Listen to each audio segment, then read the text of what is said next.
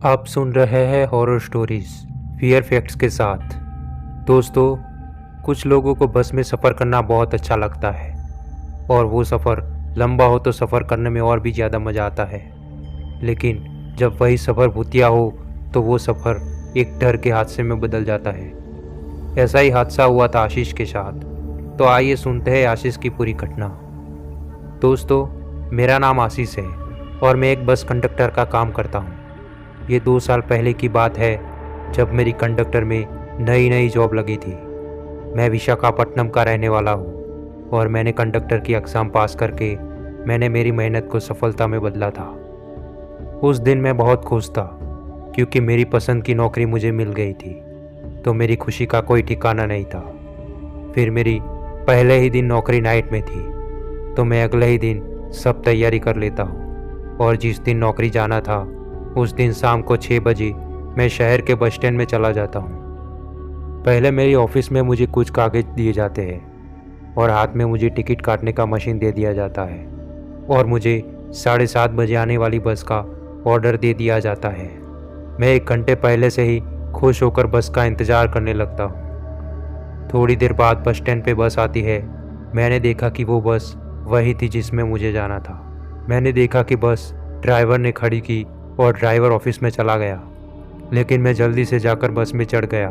थोड़ी देर बाद बस पूरी पैसेंजरों से भर जाती है क्योंकि ये रूट में जाने वाली ये आखिरी बस थी। बस पूरी तरह से भर जाती है तो मैंने तुरंत ही टिकट काटना शुरू कर दिया और थोड़ी देर बाद ड्राइवर बस में आकर बस शुरू करता है और बस को आगे बढ़ाने लगता है। थोड़े टाइम में ही मैं बस में बैठे सभी लोगों की टिकट काट देता हूँ। फिर मैं ड्राइवर से थोड़ी बातचीत करने आगे की ओर चला जाता हूँ। मैं ड्राइवर से थोड़ी बातचीत करता हूँ। मैंने देखा कि ड्राइवर अनुभवी था और उसकी यहाँ रोज़ की रूट थी। तभी बात बात में उस ड्राइवर ने कहा कि देखो, तुम अभी नए हो तो मैं तुम्हें एक बात बता देता हूँ। यहाँ 5-6 गांव के बाद जंगल का इलाका शुरू होगा। वहाँ से आगे भी एक गांव है, हमें वहाँ तक बस को ले जाना है। लेकिन जब वो जंगल का इलाका शुरू होने लगे तो तुम चुप्पी साध लेना और अपनी सीट पर ही बैठे रहना। और हाँ, ध्यान रहे, पीछे मुड़ के तो देखना ही मत, चाहे कोई कितना भी आवाज़ करे।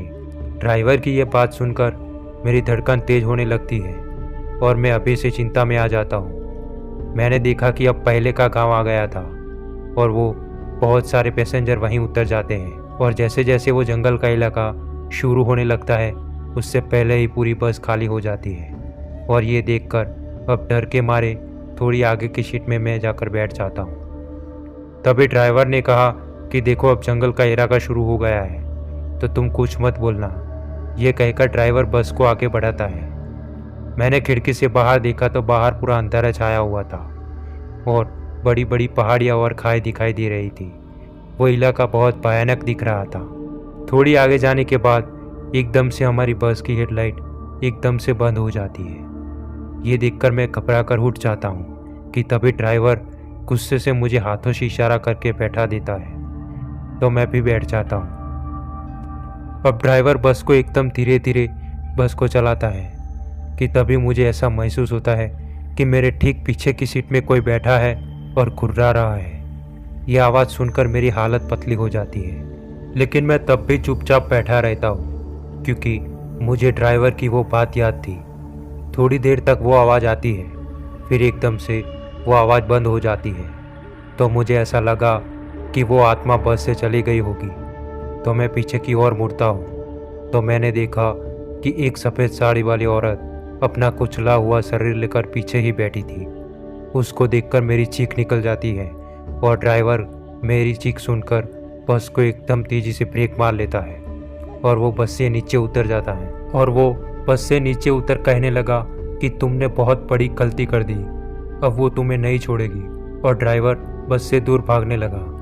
अब वो चुड़ैल मेरा हाथ पकड़ के मुझे अपनी ओर खींचती है तो मैं उससे छुड़वाने की कोशिश करता हूँ। मेरी हालत बहुत बिगड़ गई थी क्योंकि वो चुड़ैल एकदम भयानक दिख रही थी।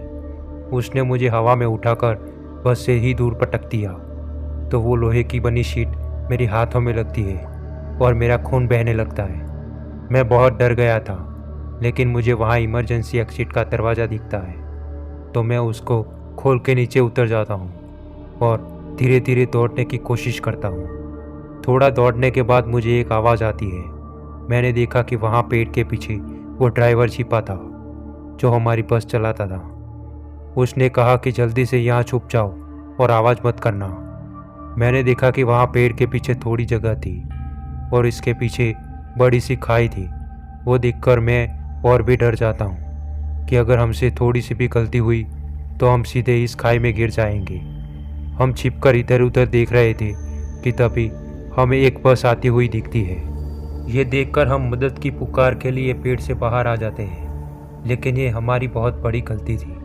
फिर हमने जो देखा हमारे होश ही उड़ जाते हैं। वो चुड़ैल हमारी ही बस एकदम स्पीड से लेकर आ रही थी। ये दृश्य इतना भयानक था कि ये दृश्य हम कभी भी भूल नहीं पाएंगे। अब हमारे बचने के चांसेस बहुत कम थे क्योंकि आगे बस और पीछे खाई थी।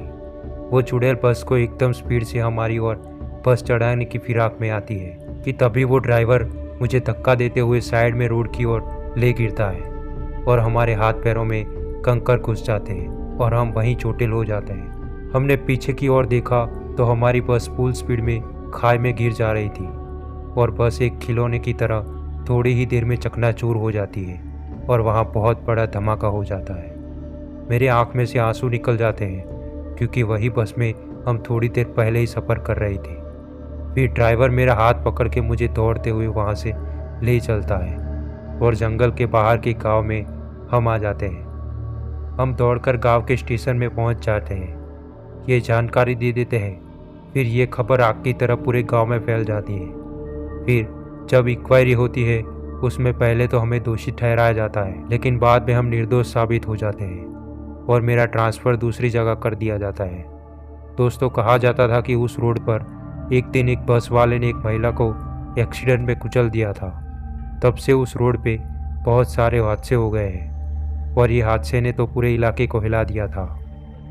तो दोस्तों, आज की कहानी हम यही समाप्त करते हैं। अगर आपके साथ भी ऐसी कोई घटना हुई हो तो आप हमारी इंस्टाग्राम आईडी पे शेयर कर सकते हो।